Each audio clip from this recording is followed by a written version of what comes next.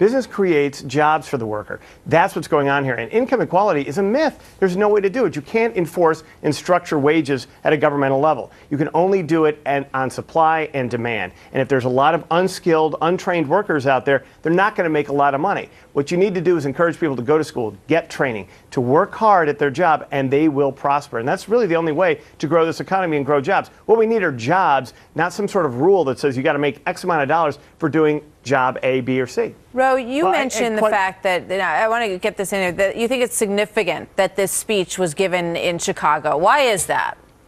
Yeah, absolutely, because this is the home of Reagan Democrats. In 1980, union members in Chicago actually started the push for Ronald Reagan. It's the first time that this state actually went red in a generation, and it led to a sweep in the industrial North of unionized conservatives, basically. People who understand that the union, although has a very important place in their lives, also cannot encourage laziness or should not encourage inefficiency.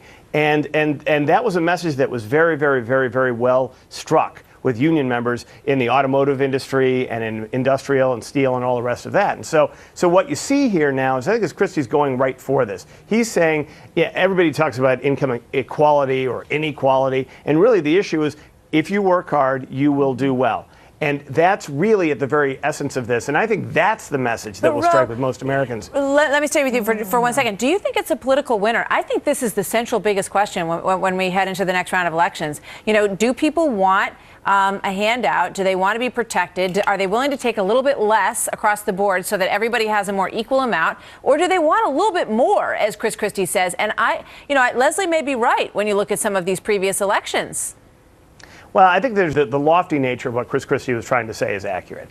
People want to be hopeful. They actually want to work hard. I think the average American doesn't see themselves as a person who's just going to accept a handout and be happy with that. I think there's something ingrained in the American spirit that says, hey, we're going to go out and make something happen here. And he's touching on exactly that principle. And you talk to people, hardworking Americans do not like it when somebody who's not doing their job well is getting the same or better compensation than they are. And I think that's really where the divide's going to be. We will see. It's a big, big question for America right now. Leslie, thank you very much. Ro, good to see you. We'll see you next time, guys.